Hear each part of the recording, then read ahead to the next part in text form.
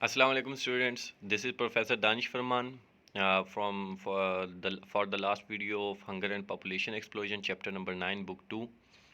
بچوں کل انشاءاللہ آپ لوگوں کی سمارٹ سلیبس کو کیسے کور کرنا ہے، سمارٹ سلیبس پہ کن چیزوں کو زیادہ فوکس کیا جائے، اس میں امپورٹنٹ کون سی چیزیں ہیں، اور کرونا وائرس کا ایسے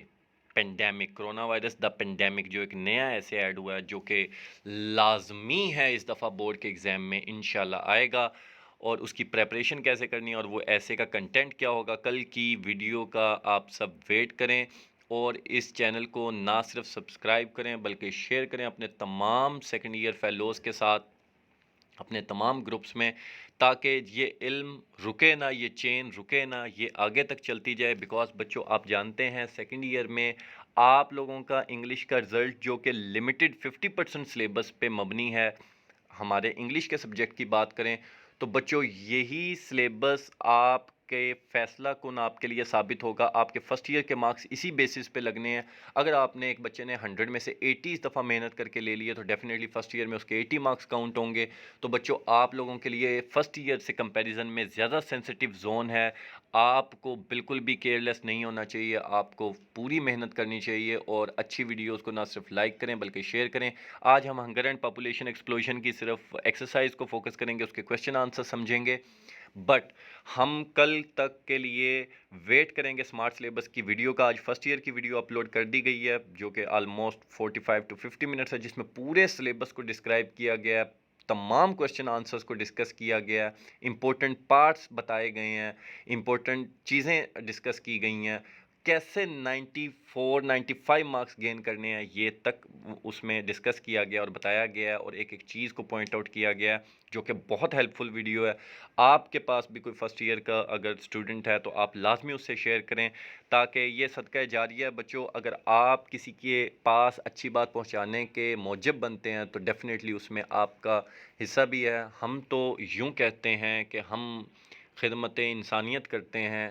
اور بینگ اے ٹیچر اسٹوڈنٹس کو گائیڈ کر کے جتنی زیادہ خوشی فیل ہوتی ہے اتنی ٹیچنگ پروفیشن میں اور کسی چیز میں فیل نہیں ہوتی۔ تو اسٹوڈنٹس ہم بڑھتے ہیں، ہنگر اینڈ پاپولیشن ایکسپلوژن کل ہم نے پڑھ لیا تھا، کمپلیٹ کر لیا تھا، اس کا لاسٹ سیشن ہو گیا تھا۔ اس کے سینونیمز ہیں، آپ یہ سینونیمز بچوں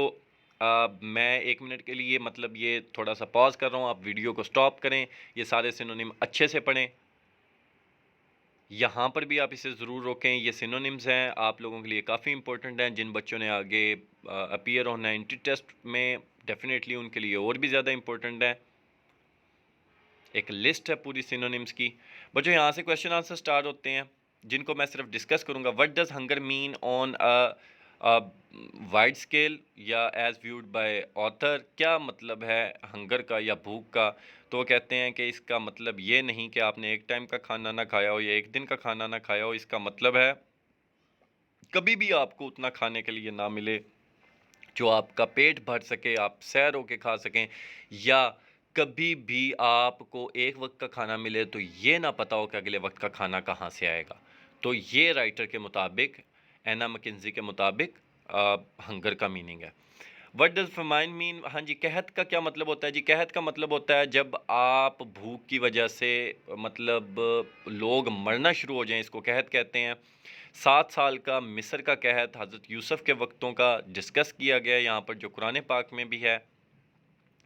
اور اس کے بعد چائنا کا 19ویں صدی کا بہت بڑا قحط تھا، اس کو بتایا گیا۔ رشیا کا 1921-22 کا، انڈیا کا 1964-65 کا، اور بنگال کا 1969-70 کا، جس کی بدولت 1 کروڑ لوگ جو ہے وہ ڈسپلیس ہوئے تھے، جس سے سٹرک ہوئے تھے۔ تو یہ سینونیمز یہاں پر ڈسکس کیے گئے ہیں۔ اذان شروع ہو گئی ہے بچوں، میں 1 منٹ کے لیے ویڈیو روک رہا ہوں۔ تو بچوں اذان ختم ہو چکی ہے جی۔ اس کے بعد ہمارا کویشچن ہے ہاؤ ڈو فیمائن اکر؟ کیسے قحط پڑتے ہیں جی؟ یہ 2 3 وجوہات اس میں بنیادی ہیں، جس میں خوراک کا نہ ہونا ہو جاتا ہے، جس میں فصل فیل ہو جائے کسی بیماری کی وجہ سے، یا بارشوں کی کمی کی وجہ سے فصلیں نہ ہو پائیں، اور کھانے والے لوگ جب زیادہ ہوں، اور جس پہ writer at the end of the chapter focus کر رہی ہے وہ یہ ہے کہ جب آپ کی آبادی بہت زیادہ شدید بڑھ جائے، یعنی تیزی سے بڑھ جائے اور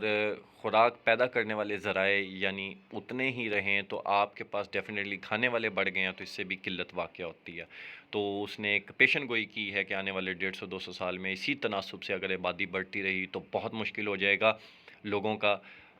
اپنی خوراک کو پورا کرنا، اور جس سے قحط والی سچویشن پیدا ہوگی اور غریب ممالک امیر ممالک پہ چڑھ دوڑیں گے اپنی بھوک کو مٹانے کے لیے۔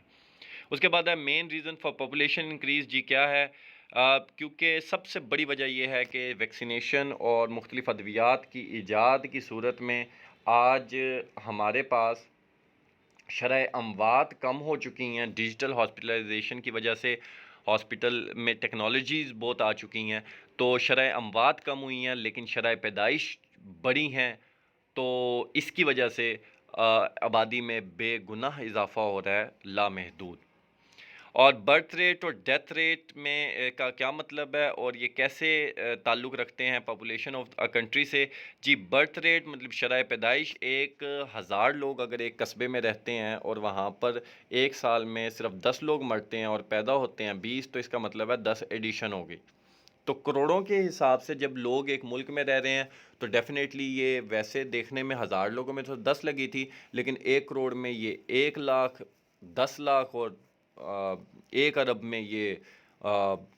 کئی کروڑ بن جاتی ہے، اور اس طرح 6-7 ارب جو دنیا کی آبادی ہے تو یہ کئی کروڑوں کے حساب سے لوگ جو اضافہ ہو رہا ہے، تو یہ بہت بڑی آبادی آبادی بہت شدید بڑھ جاتی ہے جس کی وجہ سے مسائل جنم لیتے ہیں۔ تو شرح اموات اور شرح پیدائش آپ کو دونوں کنسیپٹس کلیئر ہو چکے ہوں گے۔ پبلک ہیلتھ میجرز، جی ہم نے اچھا خوراک کو، لیونگ سٹینڈرڈ کو اچھا کیا، ٹریٹمنٹ آ گئے،